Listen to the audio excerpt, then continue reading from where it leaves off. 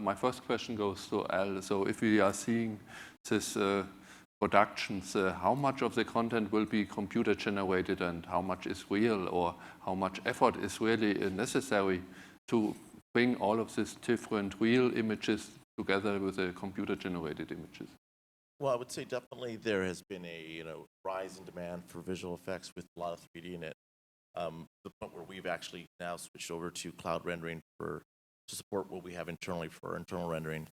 But it's the process of building these virtual sets, like the ones you saw on the video, is a time-consuming process, and that's kind of what I was referring to earlier when I was speaking. That we need to find a faster, more efficient way to generate these environments to be able to do this on the time and budget that we're allowed in television and film production. So what do you think is the most important new feature of the Lightfield? Do you think it can be used to make more special effects, or at the end allows more degrees of freedom to the viewers itself?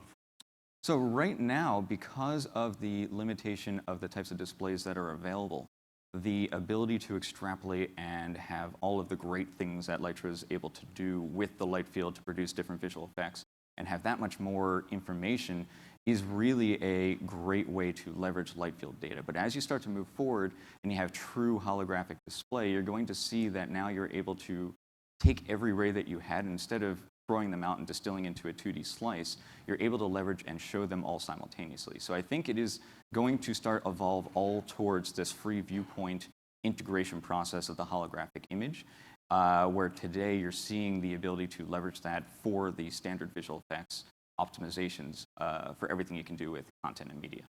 I mean, I have a question for you guys. How long before I can get rid of green screen?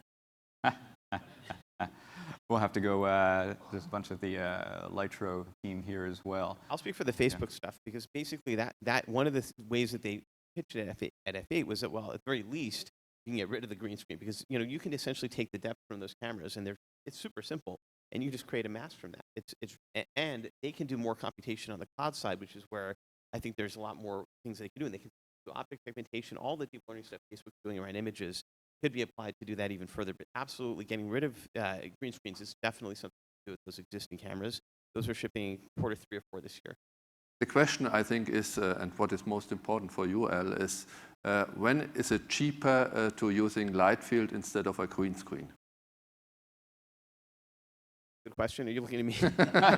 I mean, so Facebook hasn't announced the price of the cameras, but the fact that one of them is just this little 6-lens system, I think is going to make it, it's meant for prosumers. So it's not even meant for super high end.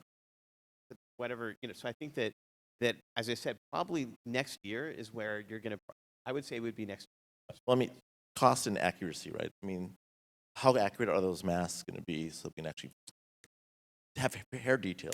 Sure. I mean, just to answer Siegfried's question first, I think the main thing to understand about Lightfield Technologies is that it can't be the only driver and desire to have green screen removal.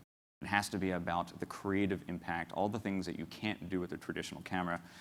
If that isn't the main driving force, then of course you do have that cost challenge. So last question, and then we have to end, please. What keeps Lightfield from going the way of 3D, where it's primarily seen in theaters as kind of an added value experience, as opposed to revolutionizing or just completely changing the way that color, HD, 4K, and now HDR is doing? Sure. I mean, I think that 3D was a gimmick, whereas Lightfields are a fundamental property of the real world. I mean, it gives you, in a sense, much higher fidelity. I mean, it's closer to the concept of adding a dimension of experience that isn't a gimmick. And I think that it's also, I mean, more importantly, it's really necessary in workflows. I mean, whether you're targeting 3D or VR, you're going to need to capture more rays. You're going to have to understand what that object looks like, even to just get out a 2D scene.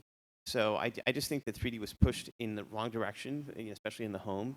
You're not going to have that effect with Lightfields, and you can look at things that are moving pretty well, like VR and mixed reality. Those things are huge. No one's doubting that's going to turn into 3D. It's not. Lightfields are in that same category. Yeah, and just to dovetail off of that, when you look at the transition from all the different types of media you're just referring to with HDR and color, it is a way to accurately reflect what we actually see. And when you look at stereo media, because you are putting both something physically on the body and you're also then creating the illusion of depth, it isn't actually something that is biologically allowing your eye to fuse and see the object.